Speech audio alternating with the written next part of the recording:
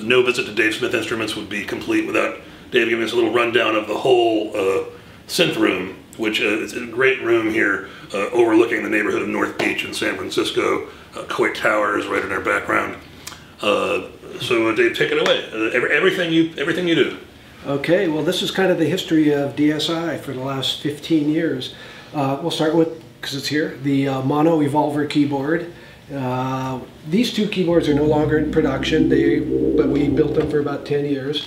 There's really nothing like an Evolver. For the people who've played them and know them, it's a very unique signal path. It's a unique sound.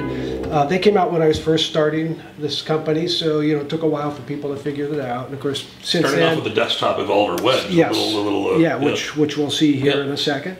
So this is the mono version, and then this is the polyphonic version, the poly Evolver. 4 voices, but let's see, is it on?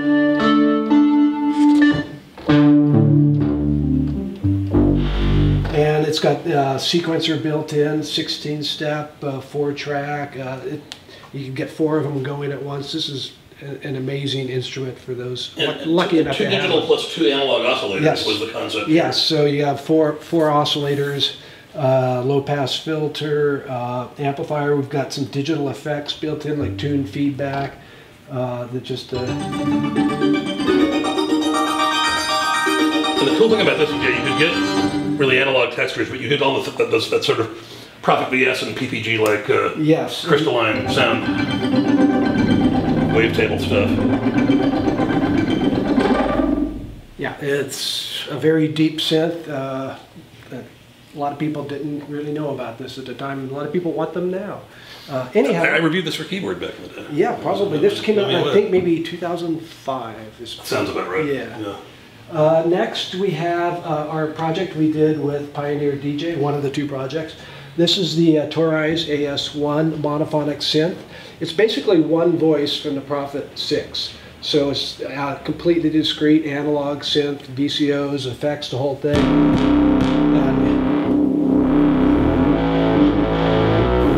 It's just really beefy sounding synth, and of course it's small, easy to carry, portable. This is pretty. You realize it's a Prophet 6 voice? That's crazy. It is exactly a Prophet 6. So how much will that go for? It's $500 ish.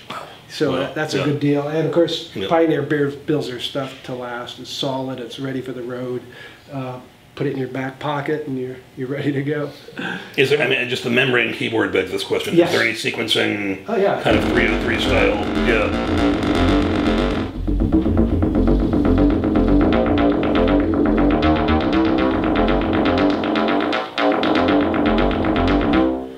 So yeah, it's like a 303 with big hairy round knobs. Kind of, yeah. Very easy to program and so forth. This is the Prophet REV2 module, which will be shipping in October. Exactly the same, just no keyboard or wheels. We just talked about the Prophet REV2. The Tempest, of course, has been out for about almost 6 years now. We joint project with Roger Lynn. Very successful analog drum machine. People love it. There's just nothing else like it. You could play synths, you could plug a keyboard into it, or use it as a drum machine or as a production tool. It's something you could just start a loop going and play for hours without ever stopping and adding things and changing things and copying things and loading things. And it's just an amazing instrument. Minimalist pattern in there now. Yeah, it's.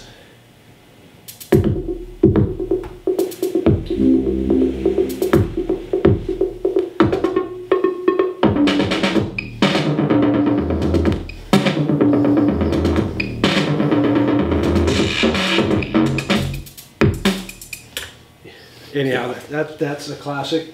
Prophet 6, I think everybody knows about this. We just went to Outside Lands last week, and on Friday, 3 of the 5 bands on the main stage were using Prophet 6's Tovlo, Little Dragons, and Gorillas. So Damon was actually playing the Prophet 6 from a guitar, which is kind of funny. Next up, we have another project we did with Pioneer DJ. It's basically their product. It's a drum machine. Our contribution was adding Prophet 6 filters to it. So you have a high pass and low pass that you can turn on and off. So it's, let's see.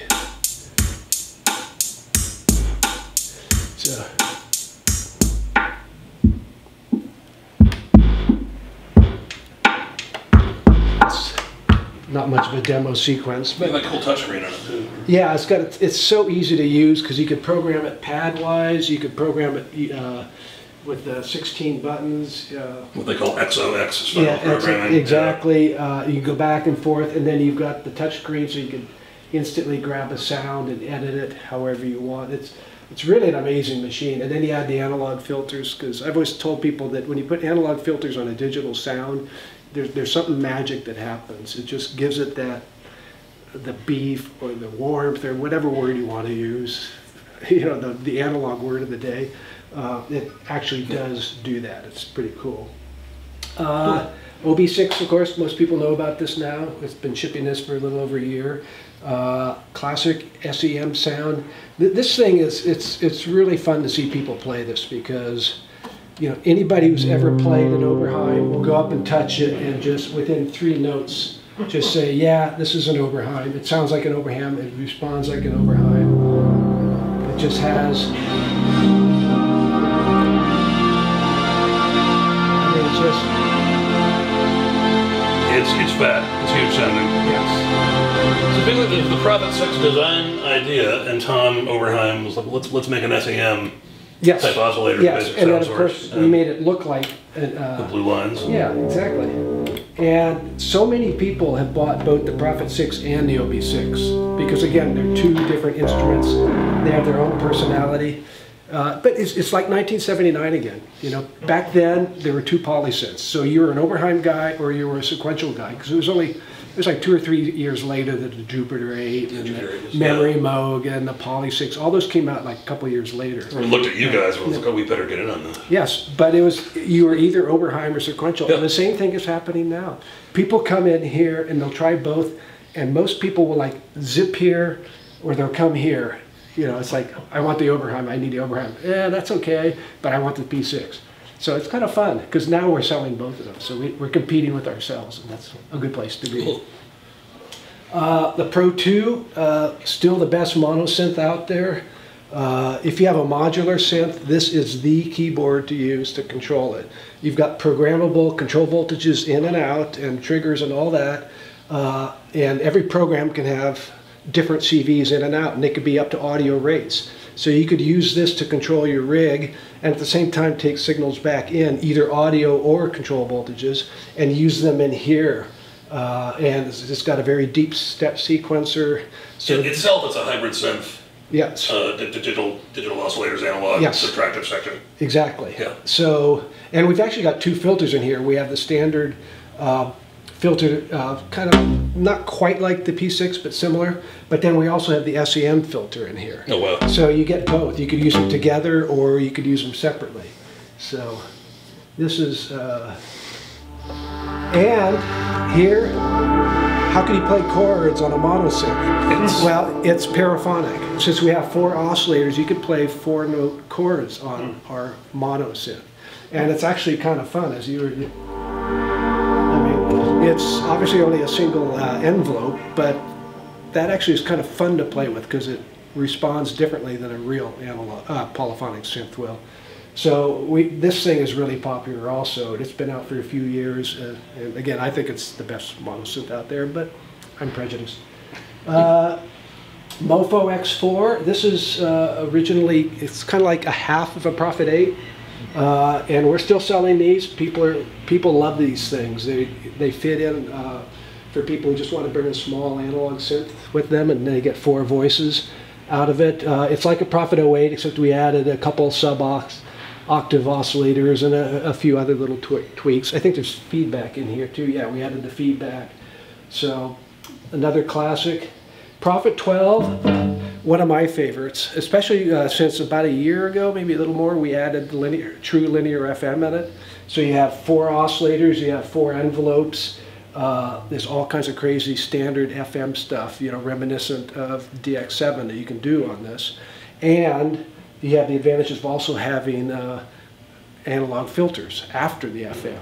So once we added that, it just made this even that much more interesting. This is actually one of my favorites still, because it's got all the deep modulation, it's got 4 oscillators, all the envelopes, digital effects built in before the filter, feedback, tune feedback, something that we started with originally in the Evolver, delay per voice, which is really interesting, as opposed to one overall delay. This guy is... That can make for some really interesting counterpoints. Yeah, because you could play them individually and modulate the delay time, modulate everything. So along those lines, the Prophet 12 module is really, this is the guy I really like, because it's so small and it's exactly the same as the Prophet 12 as far as all the sounds it can do, but it's so small. And even though it's fairly simple as far as the amount of front panel controls, you can still get around it really quickly. Just, you know, single button and you're there, and you can tweak it and move on. Cool. So obviously still selling this. This is the original Evolver that came out in 2002. And we sold them for about 12 years, I think. We finally stopped building them a couple years ago. When this came out and the Voyager came out around 2002, that was the start of the rebirth of the analog movement. It took a few years, of course, to build up to where it is now, but yeah, that was definitely the start. We have the Moto Se, which is just an extended version of the Mofo. This is just a lower cost mono synth, again built based on the Prophet 08 voice that we were selling for quite a while. We don't build these two, or the Tetra. The Tetra is basically a 4-voice version of the Mofo. So that's most of what we build. You know, we have Prophet 08 modules back there. We have Poly Evolver rack back there. We have OB6 and P6 modules. So yeah, that's a kind of a quick rundown of what we've done. Well. And then, you know, we can also take a peek in the other room and see some of the really old stuff. Oh yeah, let's take a look at the vintage gear. Okay. Cool, thanks. So this is the Mini Moog that I bought in 1972. It's one of the first few hundred made. I didn't really know what it did. I had a music background, I had a technical background. I went to a music store, I saw this thing. I had no idea how it worked, but I had to have it. I mean, just look at it, all these knobs and a keyboard. Perfect. So that's what got me started. I bought this, and then over the years started building different boxes and accessories to go with it, and I started selling those accessories like sequencers and programmers, and that's what got me into being a synth designer. In 1974, I started the company Sequential Circuits to sell some of these products, and well, you know the history from there. Other old ancient things, we have a Prophet 10 here, which is basically a dual manual Prophet 5. We have a Prophet T8, which has an awesome wooden keyboard on it. The keys actually go all the way back to here, and there's flying hammers in it. Polyphonic aftertouch. Polyphonic aftertouch, yeah, one of the only keyboards, one of a tiny handful of keyboards to have polyphonic aftertouch. Yeah. And throughout his entire career, up until the too early end of his career, Joseph Zawinul, Weather Report, he had a couple of his these. favorite controller. Definitely. Even if he was controlling more modern synths with it. Yeah, definitely. There's something about the feel, and of course it used to take us like 7 hours to regulate, to tweak the keyboards on these to get everything feeling just right. It's just really such a beautiful action. Because it is wood, and it's not as easy as just dropping a plastic keyboard into a synthesizer. We have a multi-track here for some reason. I'm not going to even talk about it because it doesn't really matter. It's just. Oh, I remember this in the 6-track. I remember. Yeah, the 6-track was really popular, and this was coveting these. This was kind of a follow-up to the 6-track. You know, bigger keyboard, more sequencing stuff. Because the 6-track was the first multi-timbral synth ever made. So that was in 1984. Right? Yeah, and you could do sort of pseudo workstation-y stuff on it. Because that was early MIDI days. That's my Prophet 5. It was the last one built in production. It still works. it's fun to have that around as a reference. When we did the Prophet 6, we had John Bowen go in and duplicate the original 40 patches from the Prophet 5, and they are in the Prophet 6, and I was surprised how close. Really good, yeah. Some of the sounds are identical. Some of them, might play slightly differently, but it has that same soul, even though the actual electronics are completely different. They have nothing to do with each other. And then just recently, somebody in London, I believe, had one of these, and apparently he had it for a long time, and for some reason, and had never used it, and asked if we wanted it. And so we said, sure, we'll give you something, just send it all over. So this is one of a limited run, because guitars are about as little popular as back then as they are now, even though some people still use them. This one is serial number 174, so I guess we built at least a couple hundred of them. How did it connect to the Prophet? It's got, this is the cable. It's actually a high-speed digital serial interface that's 10 times faster than MIDI. That's what we had before MIDI. So this is kind of an interface that was when everybody was doing different interfaces, and that's when we realized, well, we need to make a common interface. But this thing actually still works. We plug it into the Prophet 8.5 and you can play it. So everything else back here is just, prototype Prophet 6s and REV2s. We have a small Pro Effects unit back here. That was our programmable modular effects system that we had in the early 80s, a little too ahead of our time. People couldn't quite figure it out. It has models. Yeah. Wow. Yeah, it's effects, reverb, cool. phase shifter, DDL. We had distortions, all kinds of different effects, and when you plug them in, they become completely programmable. And then you could change programs just like you can on anything else. But again, in 1981, nobody could quite figure out what that meant. So that's roughly what we have hanging around these days. Cool.